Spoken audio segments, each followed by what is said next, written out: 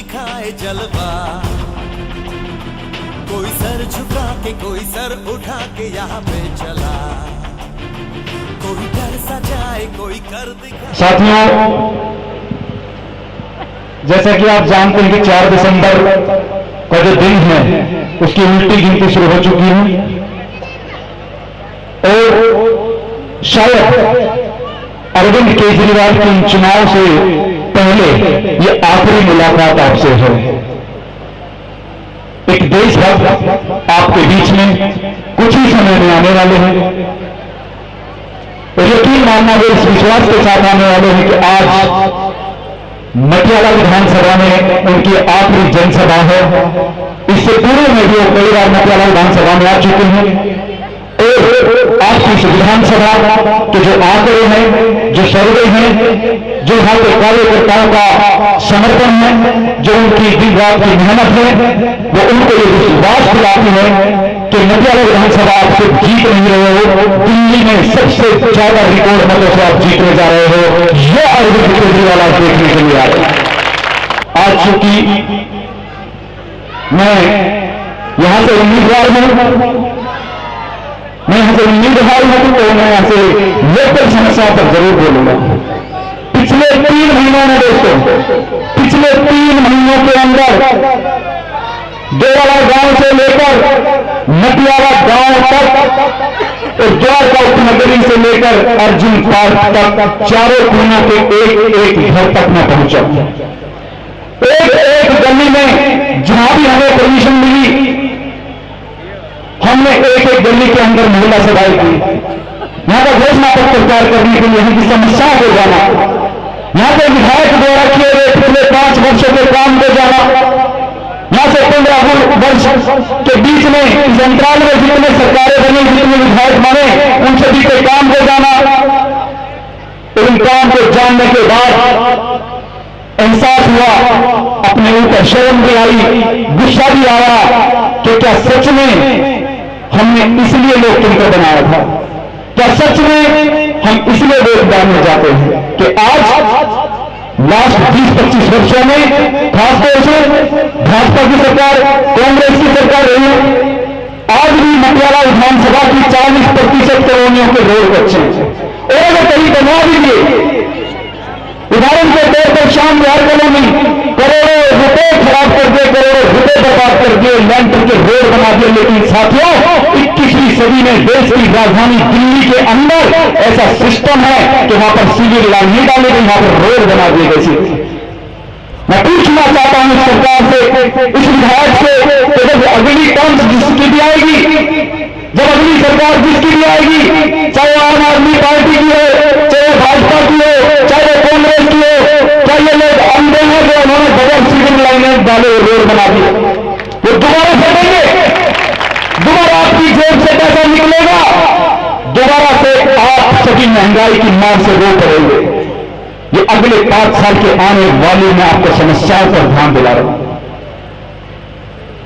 आज हर कॉलोनी के अंदर जाता हूं, पानी के बगैर लोग प्यासे मर रहे। हिंदुस्तान की राजधानी को राजस्थान जैसा बना दिया गया, एक ऐसे देश में जहां पर 5 नदियों का समागम है, उस राजधानी को आपने बगैर पानी के राजस्थान बना दिया गया। थोड़े पानी नहीं है, पानी की चोरी, बिजली की चोरी, मुद्दा भ्रष्टाचार, 4 मुद्दे को लेकर आम आदमी पार्टी चुनाव लड़ने जा रही है और इन 4 मुद्दों पर मैं चुनौती देता हूं। इन 4 मुद्दों पर यहां का कोई भी लोकल नेतृत्व अगर मेरे से डिबेट कर सके, उनकी औकात नहीं है कि उन प्रश्नों के उत्तर दे सके। आपने देखा होगा भ्रष्टाचार, पानी, बिजली और महिलाओं की सुरक्षा, ये 4 बड़े मुद्दे हैं। अनोखाइज कॉलोनियों पर कब से राजनीति चल रही है, आज तक इन कॉलोनियों को ऑथराइज नहीं किया गया। रात को नींद नहीं आती है, अगर मकान बनाते हो तो कब ऑथराइज मानी जाती है? जब 20 से 50 हजार रुपया पुलिस वालों को दे देते हो। बड़ा दर्द है, साथियों समझता तो होना भी सब कुछ है, लेकिन साथियों ये सत्ता परिवर्तन नहीं है, नेता को बदलने से काम नहीं चलेगा, इस पर व्यवस्था परिवर्तन की लड़ाई है साथियों। हम चाहते हैं एक ऐसा कानून बने, ऐसा बिल पास हो जिसके अंदर लिखो कि आपको राशन कार्ड 15 दिन के अंदर चाहिए। 15 दिन के अंदर राशन कार्ड मिलना चाहिए, 15 दिन के अंदर आपकी पेंशन बननी चाहिए, 15 दिन में आपका वोटर आईडी कार्ड बनना चाहिए। अगर नहीं बनता 15 दिन में तो 16वें दिन से उस ऑफिसर की तनख्वाह का फिर आपके हाथ में पकड़ा दी जाए, ऐसा कानून चाहते हैं। यही तो मांग में आए थे। लेकिन इस मुल्क में आज से 66 वर्ष पहले जो हमारे देश के क्रांतिकारियों ने 16 साल के खुदराम बोस ने, 23 वर्ष के भगत सिंह ने फांसी के फंदे को हर सरिश्ते के गले में डाला करके मेरे देश में संपूर्ण स्वराज की स्थापना हुई। मेरे देश में जनता के द्वारा जनता के लिए राज स्थापित होगा। लेकिन साथियों, खाली चमड़ी का रंग बदलने से हिंदुस्तान आजाद नहीं हुआ। गोरी चमड़ी वाले चले गए और काली चमड़ी वाले आपके बीच में बैठ, और उन्हीं में से हमारे यहाँ के एक विधायक भी आज मैं खुलकर उनके खिलाफ बोलने आया, क्योंकि जरूरी है। आज से एक हफ्ता पहले डिबेट में गए, आज एबीपी न्यूज पर आपने देखा होगा साथियों ने, आज भी देखा होगा। भाजपा कहती है कि हमने विकास कराया, कांग्रेस कहती है हमने विकास कराया। सच में ये फैसला आपको करना है। मैं क्यों नहीं बात करूं उनसे, मैं क्यों कहूं कि इन्होंने रोड नालियां नहीं बनाई, मैं क्यों कहूं कि इन्होंने बिजली के दाम बढ़ा दिए, मैं क्यों कहूं कि पीने के लिए पानी नहीं है। ये आप सबको नहीं दिखता क्या? अगर सच में अगर इन्होंने विकास कराया है, अगर उनके काम से आप सहमत है, तो आप भाजपा कांग्रेस को वोट दे देना साथियों, आम आदमी पार्टी को मत देना। अगर आपको लगता है कि देश में 66 वर्ष के अंदर आम आदमी का शोषण हुआ है और आप आम आदमी अपनी आवाज उठाने जा रहा है, तो आम आदमी की छाती पर बटन बनाना चाहते हो, ये मांग करने के लिए मैं आपको बीच में आज से सभी साथियों से अपील है कि अपने घर जाएं तो ये फोन करके जाए कि आज से आप सभी अपने आस पड़ोसों को कम से कम 600 लोगों को तैयार करेंगे वोट डालने के लिए। और कम से कम एक अपील और करूंगा कि जिस दिन वोट पड़े उस दिन हर भाई के सर पर आम आदमी की टोपी होनी चाहिए, गलियों में निकल जाना। इंकलाब जिंदाबाद, माता जी इंकलाब। दोस्तों, समय कम है, मैं चाहता हूं हमारे बीच में अपने सर को छोड़ के अरविंद आए हैं, उन्हीं के साथ कई फिल्मों में काम करने वाले हमारे अरविंद के साथ जो पंडित ढिल्लो जी है, मंगल ढिल्लो जी, वो भी मेरे बीच में आए हैं। मैं चाहता हूं एक बार जोरदार ताली बजाकर मैं कुछ समय के लिए माइक मंगल ढिल्लो जी को देना चाहता हूं। वो आपको इसमें भी देगा मंगल ढिल्लो जी। बहनों, भाइयों, बुजुर्ग और माताओं, आप सबको मेरा नमस्कार। मैं मुंबई से खास तौर पर आया हूं अरविंद जी की देशभक्ति, इनकी ईमानदारी, इनकी जरूरत को सलाम करने के लिए, इनको सलामी देने के लिए मैं समझता हूं कि सारे देश को इसमें शामिल होना चाहिए। लेकिन हमारे जो दूसरे राजनीतिक दल हैं वो तरह तरह से लोगों को भ्रमित करने की कोशिश करते हैं। आप सब इससे वाकिफ हैं, आपने इनका संघर्ष देखा हुआ है, जंतर मंतर पर भी देखा है, रामलीला मैदान में देखा है, किसी से भी कुछ छुपा हुआ नहीं है। लेकिन उसके बाद भी अगर वही लोग जीतते हैं तो हम सबको शर्म से दूर मरना चाहिए। क्या हम लोग फिर बकरियां हैं? नहीं, जिसके भी सीने में आग है, जो जिंदा है, उसको अपने जिंदा होने का सबूत देना होगा। हमारे पास कोई विकल्प नहीं है। एक चोर से तंग आ गए तो दूसरे चोर को सजा देने के लिए हम उसको जितवा देते हैं कि इस चोर का तो कुछ नहीं कर सकते, इसने 5 साल हमको लूटा, इससे हम कुछ नहीं निकाल सकते, तो क्या करें, दूसरे चोर को ले आते हैं। पुलिस ने एक चोर को पकड़ लिया, उसे सजा दी गई कि तुम 100 प्याज खाओ या 100 जूते। तो चोर ने हिसाब किताब लगा के कहा कि 100 प्याज खा लूंगा। उसके सामने प्याज रखे गए, जब 10-20 प्याज खाए उसका मुंह करना हो गया, आंखों से आंसू आने लगा, उसने कहा 100 जूते खा लूंगा। उन्हें 100 जूते मारो, जब 20-25 जूते बड़े कि 18 प्याज खा लूंगा। ऐसे करते करते उसने 100 प्याज खा लिया और 100 जूते खा लिए। हमारी हालत वही है, कभी हमारी पार्टी के जूते खाते हैं और कभी दूसरी पार्टी के प्याज खाते हैं। हमारे पास कोई विकल्प नहीं है। मैं यहां मजबूरी में आके खड़ा हुआ हूं, मैं दुखी हूं, क्या करें, कहां जाए। यह शख्स एक उम्मीद है हिंदुस्तान के लिए, दिल्ली एक उम्मीद है हिंदुस्तान के लिए, दिल्ली एक मिसाल बन सकती है पूरे हिंदुस्तान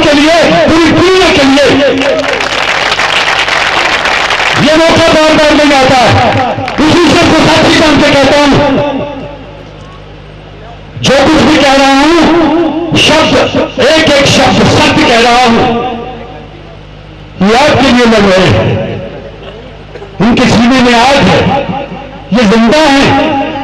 आपको अपने जिंदा होने का सबूत देना होगा। ईमानदार और बेईमान का फर्क जानना चाहते हो तो बड़ा सीधा है। जो पैसे देकर वोट खरीदता है जाहिर है कि बेईमान है। शराब पिला के वोट खरीदता है, सारी बात के वोट खरीदता है, बेईमान है। वो व्यापार कर रहा है, उसने सियासत को एक ठंडा बना लिया। तो मेरे भाई, इनके पास ईमानदारी है, सत्य है। सत्य के साथ खड़े होना भगवान के साथ खड़े होना है, अल्लाह के साथ खड़े होना है। मैं आया हूं अपने जिंदा होने का सबूत करने के लिए कि हम अभी मरे नहीं हैं और अरविंद केजरीवाल अकेले नहीं है, हम सब के साथ में हैं। जब आप वोट डालने जाओगे तो उस वक्त क्या होगा? आपके साथ होगा आपका ईमान, सत्य और बैलेट बॉक्स आपको तय करता है कि जिसने 1000-2000 में वोट खरीदी है, उस 1000-2000 रुपए के लिए आप सत्य से नहीं बोलोगे, अल्लाह से, ईश्वर से नहीं बोलोगे और 5 साल के लिए अपनी आने वाली पीढ़ियों का भविष्य जिंदगी कर दोगे। आजमाने के लिए बाकी क्या रह गया है? देखिए, सत्य तो ये है कि न कुछ कहने के लिए बचा है, न कुछ सुनने के लिए बचा है। अगर कुछ बचा है तो करने के लिए सब कुछ ही बचा हुआ है। अगर अभी हम लोग बाहर निकल के न आए तो हमें चुल्लू पर पानी में डूब मरना चाहिए। 5 लाख की फौज इकट्ठी करना कोई मुश्किल काम नहीं, लेकिन एक जंगल ढूंढना बहुत मुश्किल है। एक जंगल मिल गया है, इसके पीछे चलना चाहिए। और जैसे हमारे भाई कह रहे थे कि सब के सब ये टोपियां होनी चाहिए, वो सब जिंदे मातहूम इनकलाब जिंदाबाद के नारे लगाते हुए जाके अपना मतदान करें, झाड़ू को चुने। झाड़ू से सफाई होती है। ये झाड़ू, ये सज्जन, ये देवदूत हैं। ये ऐसा झाड़ू दे रहे पब्लिक के हाथ में जो हिंदुस्तान की गंदगी को साफ करेगा। तो एक मौका, ये मौका ऐतिहासिक होगा निश्चित रूप से। मैं समझता हूं कि कोई अच्छा मौका, कोई ईश्वर की कृपा होती है जब ऐसा शख्स अपनी नौकरी छोड़ के, इनको बीमारी है, ये दिन भर रोज से करते हैं, अनशन करते हैं, किस लिए? मेरी आपसे करबद्ध प्रार्थना है, इसे जो भी समझे, लेकिन यहां से तय करके जाए कि हम अपनी पार्टी को लेके आने, इनके उम्मीदवार को जिताना है। अगर इनकी सरकार बन गई तो फिर कहने क्या है? और दूसरी बात आपसे कह दूं, मेरे बाप भी इनकी जगह पर बैठे हूं, उस ईश्वर को साक्षी जान के कह रहा हूं, अगर इनकी पार्टी के, जैसे कि 7 लोगों को निकाल चुके हैं जिनके पीछे कुछ ना कुछ उनको गड़बड़ लगा, उन उम्मीदवारों को निकाल दिया, तो इनकी पार्टी में किसी ने घपला किया, कुछ गड़बड़ किया, भ्रष्टाचार किया, तो अभी जी से इजाजत लेके ये कह रहा हूं किसी स्टेट पे आकर मैं फिर इनके खिलाफ भी बोल आऊंगा। इसलिए मेरी प्रार्थना है कि मेरा इनसे रिश्ता है ईमानदारी का, देशभक्ति का। मेरे जैसे पता नहीं कितने और लोग हिंदुस्तान के कोने में दबे पड़े होंगे, आप साथ दीजिए, वो सब निकल के आएंगे, हम सब एक साथ होंगे। इस देश में कोई कमी नहीं है, कमी है लीडरशिप की, कमी है ईमानदारी की। डॉक्टर मनमोहन सिंह जी बड़े ईमानदार हैं, लेकिन ईमानदार होने के बाद बहुत कंप्रोमाइजेस करते हैं, समझौते करते हैं, किसी और के कहने में है। तो ऐसे ईमानदार को हम क्या करें? ये ईमानदार है लेकिन सत्य पे अटल है, इसलिए ऐसे ईमानदार को आगे लाने की जरूरत है, वैसे ईमानदार को आगे लाने की जरूरत नहीं है। इन शब्दों के साथ आप सबका बहुत बहुत धन्यवाद। और मैं यही कामना करता हूं, यही उम्मीद करता हूं कि ईश्वर हमारे देश के सभी लोगों को सद्बुद्धि प्रदान करे। आपने जिस तरह से अभी बातें रखी, वाकई हमारे दिल को छू गई। आप जैसे लोग जब आते हैं तो हमें और ऊर्जा मिलती है, नहीं तो थक जाते हैं हम लोग शाम तक काम करते करते। बहुत बहुत शुक्रिया आपका। दोस्तों, 4 दिसंबर को दिल्ली विधानसभा के चुनाव होने वाले हैं। ये चुनाव कोई मामूली चुनाव नहीं है जी। 4 दिसंबर को इस देश का इतिहास बदलेगा, आप सब लोगों का भविष्य बदलेगा। अभी तक अपने पास 2 पार्टियां होती थी दिल्ली में, बीजेपी और कांग्रेस, अब ये तीसरी पार्टी आ गई आम आदमी पार्टी। सबसे पहले तो ये समझने की जरूरत है कि आम आदमी पार्टी क्यों बनानी पड़ी। तो याद करो 2 साल पहले अन्ना हजारे ने 13 दिन का अनशन करा था रामलीला मैदान में। कौन कौन गया था रामलीला मैदान? हम सारे गए थे रामलीला मैदान। क्यों गए थे रामलीला मैदान? क्यों गए थे रामलीला मैदान? लोकपाल बिल के लिए, जन लोकपाल बिल के लिए, भ्रष्टाचार दूर करने के लिए। अन्ना हजारे कह रहे थे एक ऐसा कानून बनाओ कि अब अगर इस देश के अंदर कोई भ्रष्टाचार करे तो उसको जेल होनी चाहिए, उसकी संपत्ति जब्त होनी चाहिए, उसको नौकरी से निकाला जाना चाहिए। होना चाहिए कि नहीं होना चाहिए? 13 दिन भूखे रहे थे अन्ना जी। 13 दिन के बाद याद करो संसद में बैठ के सारी पार्टियों ने प्रस्ताव पारित किया था। सारी पार्टियों ने कहा था अन्ना जी अनशन खत्म कर दो, आपकी तीनों शर्तें मंजूर है, आपका लोकपाल बिल पास कर देंगे। अन्ना जी ने 3 शर्तें रखी थी, देखा था आपने, टीवी में आया था। प्रधानमंत्री ने भी अन्ना जी को चिट्ठी लिखी थी, विलासराव देशमुख चिट्ठी लेके आए थे, मैं अन्ना जी के साथ स्टेज पे मौजूद था। प्रधानमंत्री ने भी कहा था अन्ना जी आप अपना अनशन खत्म कर दो, आपकी तीनों शर्तें मंजूर है, आपका लोकपाल बिल पास कर देंगे। आज 2 साल हो गए, क्या हुआ उस लोकपाल बिल का? कहां गया वो लोकपाल बिल? अभी तक पास नहीं किया उन्होंने। इन 2 साल में 3 बार अन्ना जी ने अनशन कर लिया, 2 बार मैंने अनशन कर लिया, लेकिन ये लोग नहीं माने। धीरे धीरे साफ हो गया दोस्तों ये नहीं मानने वाले। क्यों? सारी पार्टियों ने चोरी कर रखी है जी, बीजेपी वाले ने भी चोरी कर रखी है, कांग्रेस वाले ने भी चोरी कर रखी है। आज अगर ये अन्ना वाले लोकपाल बिल पास कर दें, आधे से ज्यादा नेता तिहाड़ चले जाएंगे, इसलिए अन्ना वाला लोकपाल बिल पास नहीं कर रहे। धीरे धीरे साफ हो गया, अब सिस्टम के अंदर जाना पड़ेगा, राजनीति के अंदर जाना पड़ेगा। कई लोग कहते हैं अरविंद ने अन्ना को धोखा दिया। अरविंद ने अन्ना को धोखा नहीं दिया, अरविंद कभी अन्ना को धोखा नहीं दे सकता। मेरे पिता के समान है अन्ना, मेरे गुरु के समान है अन्ना, उनको क्यों धोखा दूंगा मैं? मैंने अन्ना को कभी धोखा नहीं दिया। लेकिन अन्ना को हमने काफी समझाने की कोशिश की कि अन्ना जी सब कुछ करके देख लिया, ये नहीं मानने वाले, ये भ्रष्टाचार से देश को नहीं बचाएंगे, भ्रष्टाचार के खिलाफ कानून पास नहीं करेंगे। और अन्ना जी खुद ही अंदर जाना पड़ेगा। अन्ना जी बोले राजनीति कीचड़ है, गंदे हो जाएंगे। हमने कहा जी अगर ये कीचड़ है तो कीचड़ के अंदर खुद ही घुसना पड़ेगा, पैंट ऊपर करनी पड़ेगी और खुद ही जाके इस कीचड़ की सफाई करनी पड़ेगी, और कोई चारा नहीं है। इसलिए हम लोगों को आम आदमी पार्टी बनानी पड़ी दोस्तों। अब आम आदमी पार्टी बनाई है, 4 दिसंबर को चुनाव है, सभी 70 सीटों पर आम आदमी पार्टी अपने कैंडिडेट उतार रही है। 8 दिसंबर को नतीजे आ जाएंगे।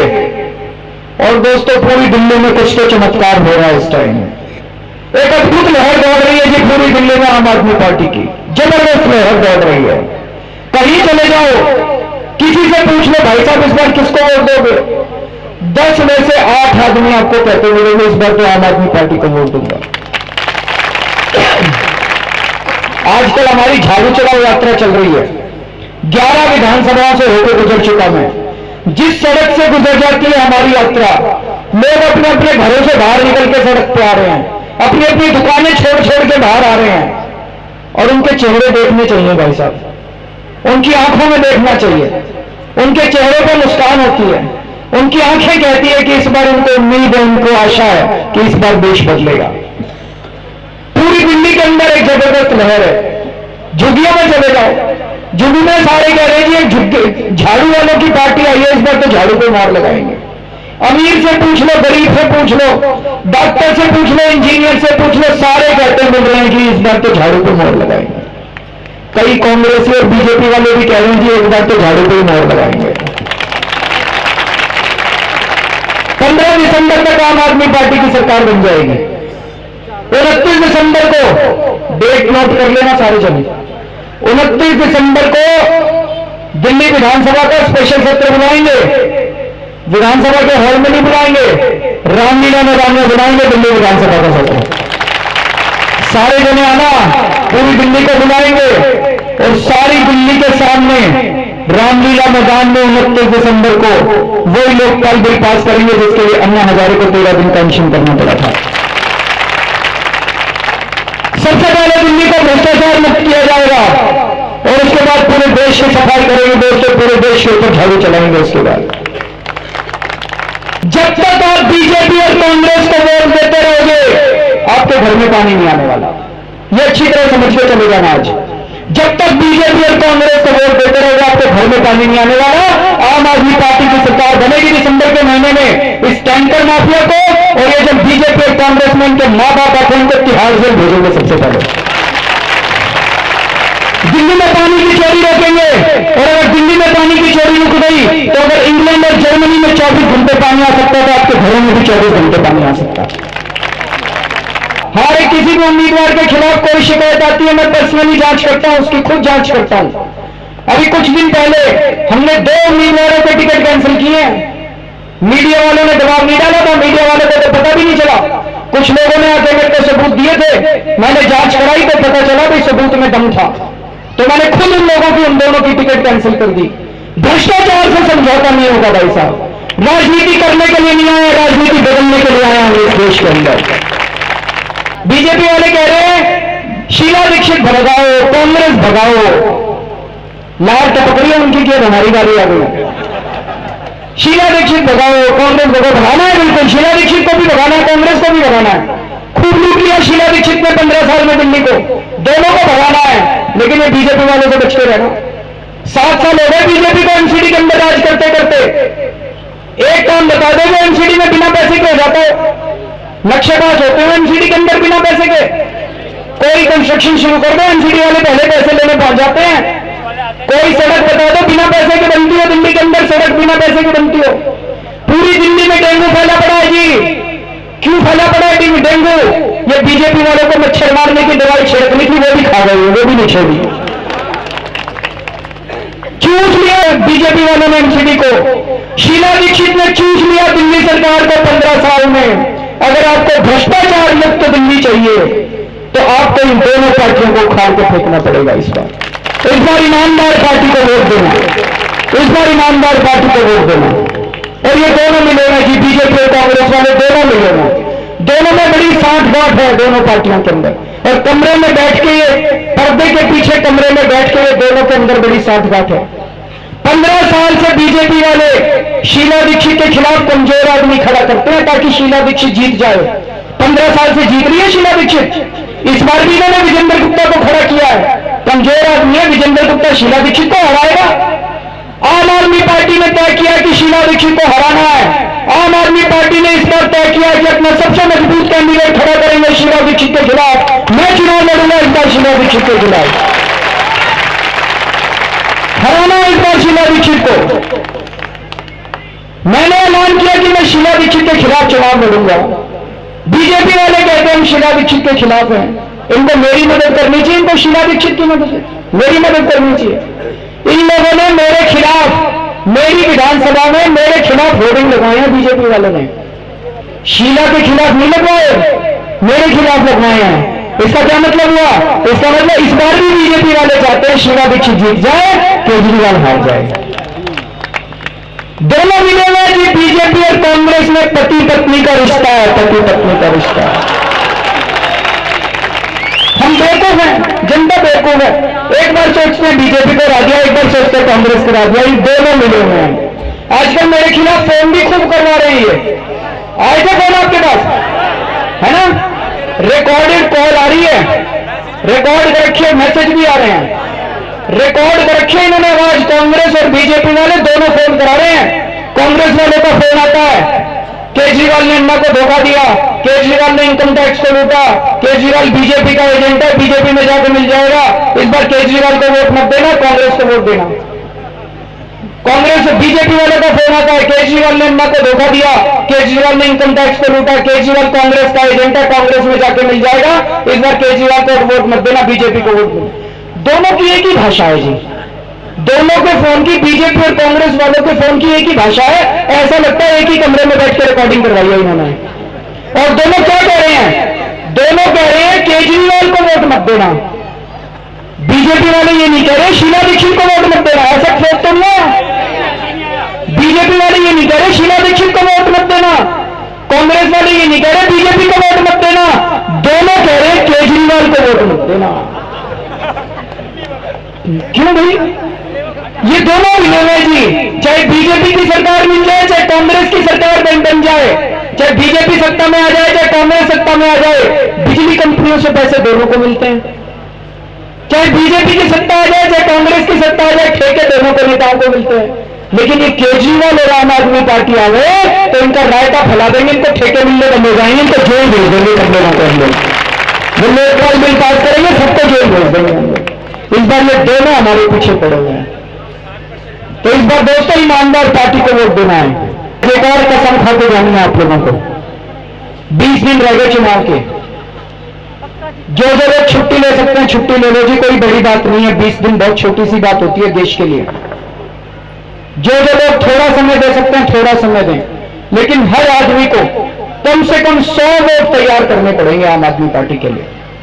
अपने दोस्तों से बात करो, फोन करो दोस्तों से, रिश्तेदारों से बात करो, अपनी गली में भी जाना पड़ेगा, एक एक गली की जिम्मेदारी लेनी पड़ेगी जी आपको सबको। घर घर में जाना पड़ेगा, जो दुकान चलाते हैं हर ग्राहक से बात करो, सुबह से शाम तक जितने लोगों से मिलते हो सबको बोलो कि इस बार झाड़ू पे मार लगानी है, 100 वोट तैयार करनी है। जो तैयार है जरा हाथ खड़े कर दो, और जिन्होंने हाथ नहीं खड़े भाई साहब कोई गलती हो गई हमसे, आज हाथ तो मैं सबको खड़े करा के जाऊंगा, और जिन्होंने 2 हाथ खड़े कर रहे हैं वो 200 वोट तैयार करना है हम लोगों को। भारत माता की इंकलाब। अंत में हमारी पार्टी की एक प्रार्थना है, हमारा एक संदेश है कि हम किस तरह का समाज चाहते हैं, किस तरह का देश चाहते हैं। इंसान का इंसान से हो भाईचारा, यही पैगाम हमारा, यही पैगाम हमारा।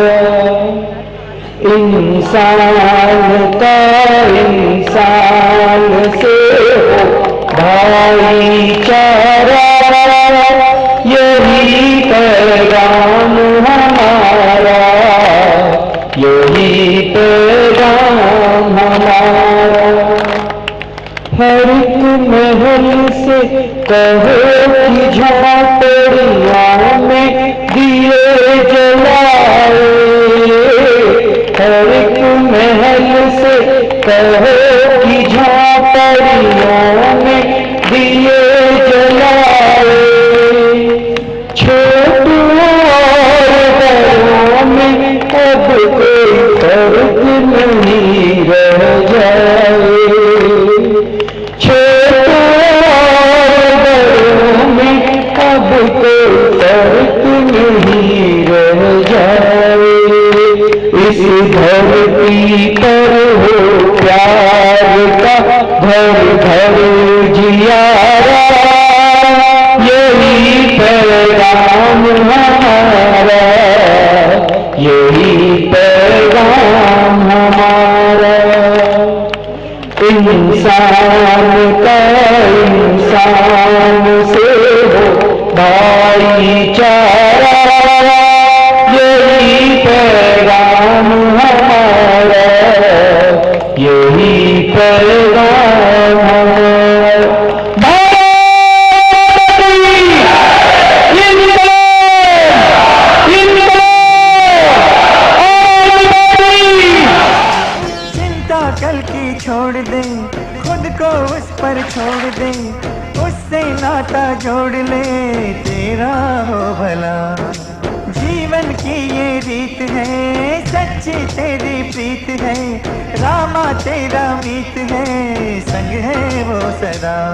बादल को चीर बरसा है पानी धरनी पे साथिया, खुश हो के आई बरखा की रानी धरनी पे साथिया।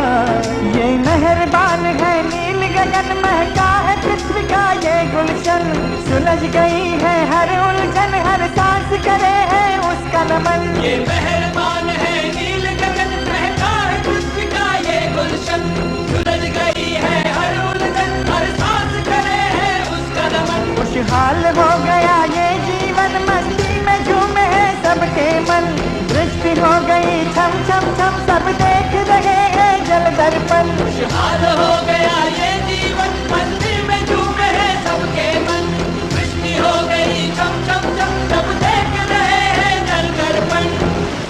मैं बहुत अच्छा है। हमारे केजरीवाल तो एक ईमानदार और अच्छे इंसान है और मुझे ऐसा लगता है ये महात्मा गांधी का रूप लेकर आए हैं, कोई भगवान का रूप लेकर आए हैं जो देश को बचाना चाहते हैं। वतन पे जो फिदा होगा अमर वो नौजवान होगा, रहेगी जब तक दुनिया ये अफसाना बया होगा।